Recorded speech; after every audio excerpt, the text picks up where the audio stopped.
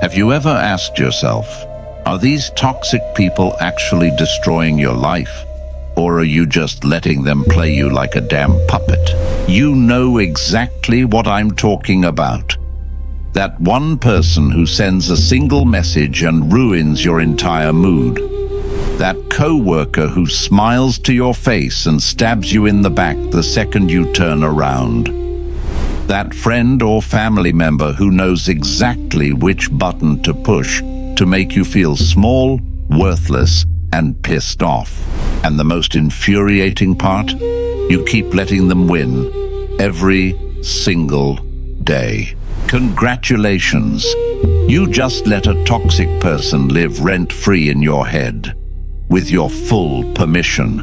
And they're not even thinking about you anymore. They moved on, while you're still here, replaying every word, burning alive, alone.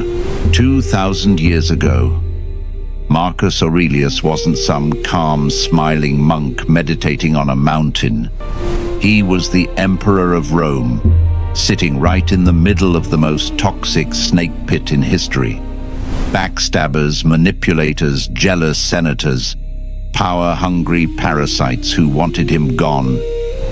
And instead of breaking, he destroyed them. Not with swords, not with politics, with pure Stoic psychology. He wasn't the bigger person. He wasn't forgiving and forgetting. He was the most dangerous man in the room. Every single time, he beat them at their own filthy game. By the end of this video, you're going to understand exactly why you've been swallowing your words and how to stop. The next time a toxic person tries to come for you, you'll see their entire game before they even make a move.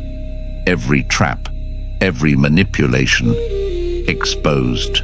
And they will have no idea you can see it coming. Drop in the comments right now. Their game, my rules. Before we look at how the emperor destroyed his enemies, you need to understand exactly how they are playing you. Because here's the uncomfortable truth that's going to hit you right in the chest. Toxic people don't just bother you. They run a very specific, very cruel game designed to slowly break you from the inside. They know your exact weak spots, and they hit them every single time. Think about that toxic relative who always compares you to your sibling in front of the whole family. Look how well your brother or sister is doing. Why can't you be like that? They make sure you feel smaller, lesser, never good enough. The second you react or show hurt, they flip it. Suddenly, you are the jealous, disrespectful one who doesn't know how to respect family. They paint you as the problem, while their years of quiet humiliation stay perfectly hidden. Or that so-called friend who constantly puts you down, mocks your job, your body, your dreams, and when you finally get hurt, laughs it off with, "Bro, it's just a joke. Why are you so sensitive?" Or that co-worker who smiles to your face, then quietly undermines you, steals credit, and makes sure everyone sees you as not that good. Listen to me very carefully. These are not random acts. This is their game. They push, they twist, they belittle, they guilt trip. They don't fight you with logic, and they don't want to solve the problem. They want to hijack your nervous system. They are just throwing bait into the dark water, waiting for you to bite. And the absolute worst part, you let them. You bite the bait every single time. You stay silent to keep the peace. You laugh along even though it burns. You reply to that message even though you know it will ruin your whole day. You overthink, you defend yourself, and you replay every word at 3 a.m. while they sleep peacefully. In modern psychology, This is called narcissistic supply. Your emotional breakdown, your frustration, your need to explain yourself, that is their oxygen. You're not weak. You're not overreacting. You're just playing their game without even realizing it. And every time you do that, they win. You lose a little more of your peace, a little more of your confidence, a little more of yourself. That's how their game works, and that's exactly why you keep losing. The game was never about who is right or wrong. The game is about who loses emotional control first. And if you want to expose exactly how to reverse that psychological trap and let a toxic player's own ego destroy them, you need to look at the darkest manipulation in history. 2,000 years ago, Marcus Aurelius wasn't living in some peaceful world. He was thrown straight into one of the most toxic snake pits in history, the Roman Empire. From childhood, he was surrounded by powerful, toxic people who wanted to control him, undermine him, or straight up destroy his future. The Emperor Hadrian saw something dangerous in Marcus: raw intelligence, discipline, and a mind that could rule an empire. Hadrian wanted him on the throne, but Rome's Senate and powerful families were unstable and ready to explode. Lucius's family and their supporters were extremely influential. If Hadrian only pushed Marcus and ignored Lucius, it would have created chaos and enemies everywhere. So Hadrian made a cold, calculated move. He adopted a respected man named Antoninus Pius and forced him to adopt both Marcus and Lucius at the same time. Lucius was incredibly handsome, charming, and loved luxury, parties, and pleasure. But he wasn't nearly as sharp or disciplined as Marcus. From a young age, people constantly compared them. Lucius was the flashy favorite. Marcus was the quiet, serious, highly intelligent one. Most people would have cracked under that constant comparison and pressure. Marcus didn't.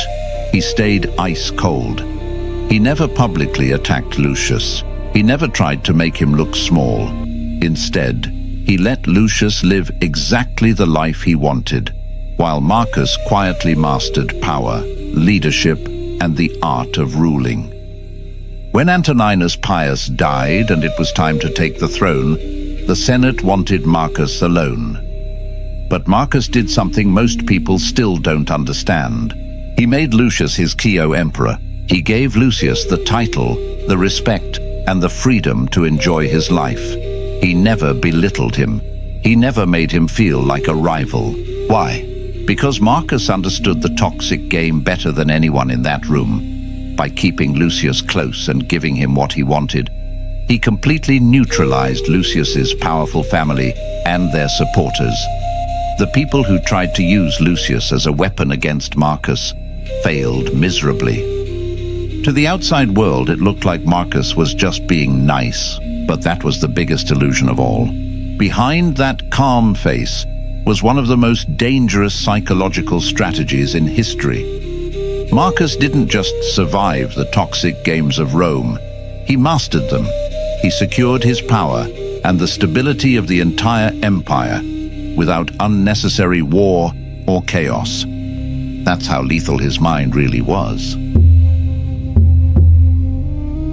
But to understand exactly how he trapped his enemies without ever lifting a sword, you need to expose the dark psychology behind their game. Because here is where it gets brutal. Toxic people have one favorite move. They first create anger inside you. They provoke. They compare. They twist. They make you feel small, jealous, disrespected. Why? Because once you get angry, they can use that exact anger against you. Your anger makes you look unstable. Your anger makes you look like the bad guy. Your anger gives them the perfect weapon to turn everyone else against you. That's exactly what was happening around Marcus. The toxic politicians close to Lucius kept feeding him ego and luxury, while quietly whispering to Marcus, Look how flashy Lucius is. Everyone loves him more than you. They wanted Marcus to get jealous. They wanted Marcus to push Lucius aside the moment he became emperor. They wanted chaos, instability, and a civil war inside Rome, so they could point their fingers, call Marcus unstable, and grab more power for themselves. But Marcus was way ahead of them. He didn't get angry. He didn't react. He didn't show even a single crack.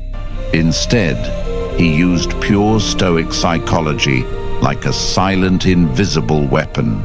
He stayed completely ice-cold on the surface, but inside, he had already prepared the ultimate checkmate. By making Lucius his co-emperor, he neutralized the entire threat.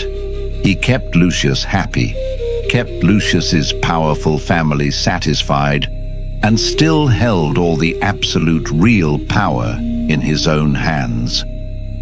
The toxic players who tried to use Lucius as a weapon, they ended up with nothing. Their own game destroyed them. Now let's bring this straight into your reality today. This is exactly how modern toxic people work on you. They provoke you until you feel rage or hurt. Then they use your reaction to paint you as the problem. Your family member compares you and calls you jealous when you finally react. Your friend insults you and calls you too sensitive when you speak up. Your co-worker undermines you and acts completely innocent when you finally fight back. They don't want peace. They want you emotional, because an emotional person is incredibly easy to control. This is exactly where you reverse the game.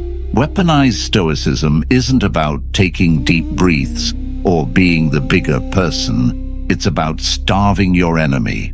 When they throw a provocation at you, you don't catch it. You let it drop right to the floor. You look them dead in the eye, and you stay completely unreadable. When you stop reacting emotionally, you strip away their only weapon. They are left holding nothing but their own toxic poison. They lose all their power over you, and suddenly, you become the most dangerous person in the room, just like Marcus. But let's be brutally honest. Standing there in silence while a toxic person disrespects you to your face doesn't feel like power. It feels like swallowing poison. Today, I am going to expose the hidden psychological translations behind a few specific words written by Marcus Aurelius. Once you see the actual dark meaning behind these quotes, you will finally break out of that weak, swallow the insult, Stoic era. You will hold the exact power to completely end a toxic person's game without creating any unnecessary chaos, just like the emperor did. But a quick, serious warning before we begin. Use these psychological weapons only when you are fighting toxic players. Do not use them on innocent people. And do not become a toxic person yourself. Listen closely to how the emperor actually operated. When Marcus wrote, "The best revenge is to be unlike him who performed the injury," weak people assumed he meant we should just take the high road and be nice. What a pathetic translation. The masterminds know the hidden meaning here is asymmetrical warfare. It means you never fight them using their own weapons. If a toxic co-worker tries to drag you into a loud, dramatic public argument to make you look bad, your instinct is to yell, "Back, don't." You do the exact opposite. You get quieter. You speak slower. You let them scream and look like an unstable maniac, while you look at them with cold, professional curiosity. You didn't forgive them. You just stepped out of the mud and let them destroy their own reputation. Then there is the trap of silence. Marcus once noted, "You always own the option of having no opinion." Self-help gurus will tell you he meant ignoring the haters. Wrong. In a toxic game, having no opinion is an offensive weapon. It is the ultimate form of terrifying disrespect. Toxic people throw insults because they are begging for your reaction to feel powerful. So the next time a relative drops a passive-aggressive insult at a family dinner, waiting for you to get embarrassed, do not swallow it. Stop eating. Look them dead in the eyes with a completely blank, cold stare. Do not blink. Let 3 heavy, agonizing seconds of silence suffocate them. Then, in a bored, empty voice, simply ask, "Are you done?" You didn't just ignore them. You publicly reduced them to a barking dog. He also left a brutal instruction when he advised to go to their souls, penetrate inside and see what sort of people they are. This has absolutely nothing to do with having empathy for your abusers. This is a psychological autopsy. It's about dragging their deepest, ugliest insecurities into the harsh light. When a so-called friend tries to belittle you under the disguise of a joke, do not defend yourself. Put their brain on a surgical table. Look at them with genuine pity and ask, "Is everything okay at home?" Do you always need to put other people down just to hide your own insecurities? Because it's actually getting uncomfortable to watch. Watch them panic and stutter as their mask falls off in front of everyone. And what about dealing with cowards? Marcus warned us to expect bad men not to do. Wrong is madness. A snake bites, a coward whispers. Average people act surprised when toxic people play dirty, pretending not to hear subtle disrespect to avoid a scene. Marcus tells you to expect the cowardice and set a trap for it. When that toxic person mutters an insult under their breath, hoping to get away with it, do not let it slide. Stop the entire room. Point directly at them and say loudly, "Hold on. What did you just mumble under your breath? Say it again, loudly, so everyone here can hear you." Cowards hate the spotlight. You just force them to stand by their poison in public, and they will instantly crumble. People also love to quote the moment he wrote, "Whatever anyone does or says, I must be emerald and keep my color." They think this means stay positive. The dark reality. It's about becoming an immovable object.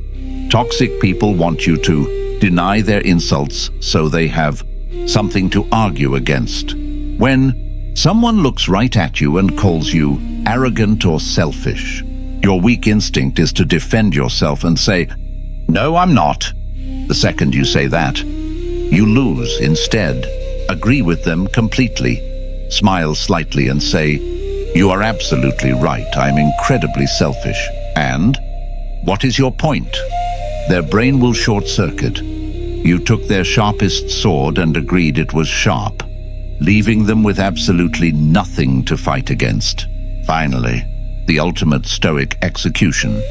He once observed, "It never ceases to amaze me. We all love ourselves more than other people, but care more about their opinion than our own." Why does an insult hurt you? Because you secretly assigned value to their opinion. You treated them as an equal. The real revenge is to drop their value to absolute zero. A zero cannot insult you. When a narcissist tries to judge your life choices or your career, don't explain yourself. Look them up and down and give a cold smirk and say, "You know, your opinion of me would actually matter if I respected you as a person even a little bit, but I don't." Then turn your back and walk away. You didn't just win an argument. You deleted their existence from your reality. And the exact moment you do that, their entire toxic game collapses. For years, you swallowed their poison just to keep the peace.